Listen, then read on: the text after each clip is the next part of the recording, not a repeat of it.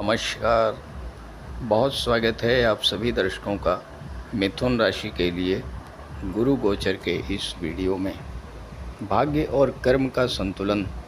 पुष्य नक्षत्र में देवगुरु, जी हाँ, ग्रहों के महामंत्री, देवताओं के गुरु देवगुरु बृहस्पति 2 जून से अपनी उच्च की राशि कर्क राशि में गोचर कर रहे हैं और 18 जून को नक्षत्र परिवर्तन करते हुए जीवन में एक बड़ा मोड़ लाने जा रहे हैं।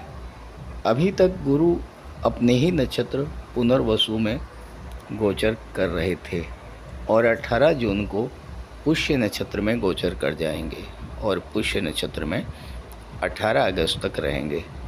पुष्य नक्षत्र के देवता स्वयं देवगुरु हैं और स्वामी शनिदेव। विशेष बात यह है कि शनि गुरु की राशि में गोचर करेंगे और शनि पर गुरु की दृष्टि भी पड़ रही है। तो इन 60 दिनों में कर्म और भाग्य का ऐसा संतुलन देखने को मिलेगा जो इससे पहले शायद ही कभी मिला हो। शास्त्रों में वर्णित है कि जब भी गुरु अपनी उच्च अवस्था में 5 डिग्री पर होते हैं तो परमोच्च स्थिति में होते हैं और सबसे शक्तिशाली अवस्था में होते हैं। जब पुष्य नक्षत्र में जाएंगे तो गुरु का अंश बल 5 डिग्री होगा और गुरु परमोच्च अवस्था में होंगे। इसका अर्थ ये हुआ कि आने वाले 60 दिनों का जो समय होगा वो किसी स्वर्णिम काल से कम नहीं होगा। तो गुरु के इस गोचर का मिथुन राशि के जातकों को किस तरह का लाभ प्राप्त होगा, इसी पर चर्चा करेंगे इस वीडियो में। ये विश्लेषण आपकी चंद्र राशि के आधार पर किया जा रहा है। तो ये है मिथुन राशि के जातकों की कुंडली। देवगुरु का गोचर आपकी कुंडली के धन भाव में है और यहाँ पर गुरु अपनी उच्च की राशि में गोचर कर रहे हैं। देवगुरु दशम भाव और सप्तम के स्वामी होकर के धन के भाव में गोचर कर रहे हैं।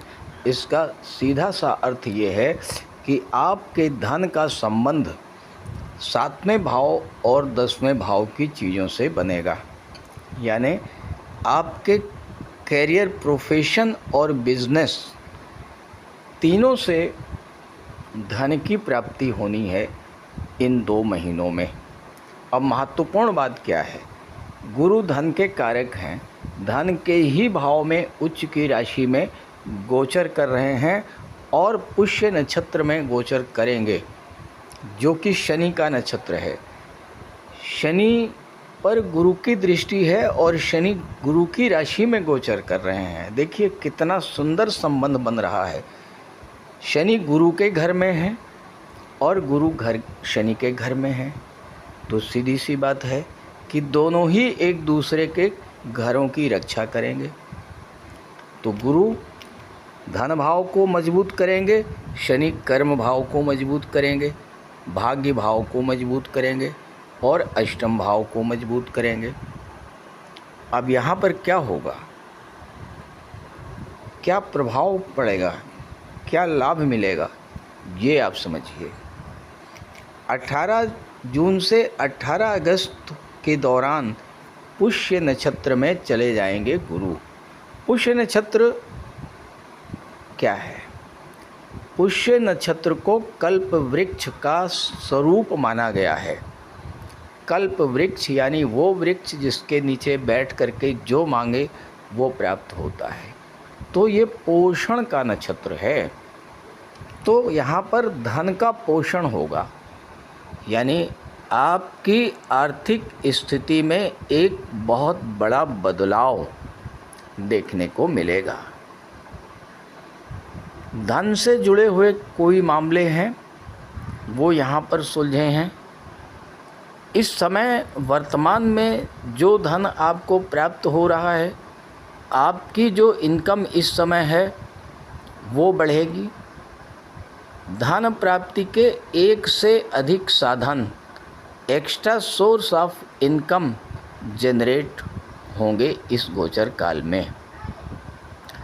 जहाँ जहाँ से आपका धन रुका हुआ है, जहाँ जहाँ से आपको धन मिलना है, वो सारे सोर्सेज जो हैं एक्टिवेट हो जाएंगे और हर जगह से आपको धन प्राप्ति होगी। दूसरी बात, गुरु मंगल कार्य के कारक होते हैं और दूसरा भाव आपके कुटुंब को दर्शाता है। तो आपके परिवार में, आपके कुटुंब में कोई मांगलिक कार्य इस गोचर काल में अवश्य होगा। साथ ही साथ आपकी वाणी में ज्ञान, गंभीरता और ओजपूर्ण वाणी का प्रभाव, इससे आपकी कम्युनिकेशन स्किल बढ़ेगी और आप अपनी वाणी के प्रभाव से लोगों को वश में कर पाएंगे। अब यहाँ पर गुरु शनि के नक्षत्र में जा रहे हैं। शनि आपके लिए प्रबल योग कारक ग्रह बनते हैं। शनि के पास दो राशियाँ हैं, मकर राशि और कुंभ राशि। मकर राशि अष्टम भाव में है जिस पर गुरु की दृष्टि पड़ रही है, और कुंभ राशि नवम भाव में है, भाग्य के भाव में है। अब दशम भाव क्या है? कर्म का भाव है, यहाँ पर शनि बैठे हैं। अष्टम भाव क्या है? विघ्न, बाधा और रुकावट। तो आपके कार्य क्षेत्र में कोई विघ्न, बाधा या रुकावट आ रही है तो गुरु की दृष्टि के प्रभाव से वो विघ्न, बाधा और वो रुकावट इस समय दूर होगी। दूसरी चीज़, अष्टम भाव से गुरु का संबंध बनने का सीधा सा अर्थ ये हुआ कि भगवान विष्णु की कृपा आप पर निरंतर रहेगी। यानी इस गोचर काल में किसी तरह की कोई समस्या आपके जीवन में आती है तो उस समस्या को देवगुरु बृहस्पति अपनी दिव्य दृष्टि से दूर करेंगे। शनि मंद गति से गतिमान होते हैं, दशम भाव में बैठे हैं, यानी कार्य क्षेत्र में धीमापन। कभी कभी तो ऐसा भी होता है कि इतनी रुकावट, इतनी बाधा आ जाती है कि आप बड़ी मुश्किल से किसी कार्य को पूरा कर पाते हैं और थक हार करके किसी तरह से जब वो कार्य आपका पूरा होता है, आपको ये लगता है कि इससे बेहतर तो मैंने इस कार्य को शुरू ही नहीं किया होता। तो ये जो समस्याएं हैं, ये जो कार्यों में धीमापन है, वह समाप्त होगा, क्योंकि गुरु अतिचारी अवस्था में है, अत्यंत तीव्र गति से गतिमान है, तो कार्यों की गति को बढ़ाएंगे। अष्टम भाव गुप्त रहस्यों को, गुप्त विद्याओं को दर्शाता है और यहाँ पर गुरु की दृष्टि पड़ रही है। तो साथ ही साथ अष्टम भाव अकल्ट का होता है, तंत्र मंत्र ज्योतिष का होता है, साधना का होता है। अब इस समय आप कोई तंत्र मंत्र की साधना करना चाहते हैं, अकल्ट से जुड़ा हुआ कोई कार्य करना चाहते हैं, रिसर्च के क्षेत्र में कुछ कार्य कर रहे हैं, तो उसके लिए समय बहुत अच्छा है। इस समय गुरु आपकी इंट्यूशन पावर को बढ़ा देंगे, उन संकेतों को आप प्राप्त कर सकेंगे जो ईश्वर के माध्यम से आपको मिल रहा है। अब कुंभ राशि नवम भाव में है। नवम भाव क्या है? पिता को दर्शाता है, बॉस को दर्शाता है, सीनियर्स को दर्शाता है। तो पिता से जुड़ा हुआ कोई कार्य अगर आपका रुका हुआ है, वो कार्य पूरा होगा।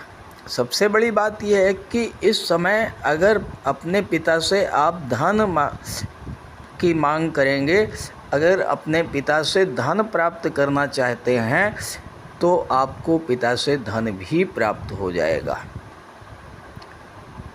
आप शिक्षा के क्षेत्र से जुड़े हैं, शिक्षण संस्थान से जुड़े हुए हैं, उच्च शिक्षा से जुड़े हैं या किसी धर्म कार्य में लगे हुए हैं, तो यहाँ पर आप एक शुभता का अनुभव करेंगे, क्योंकि नवम भाव भाग्य का घर है, धर्म अध्यात्म का घर है।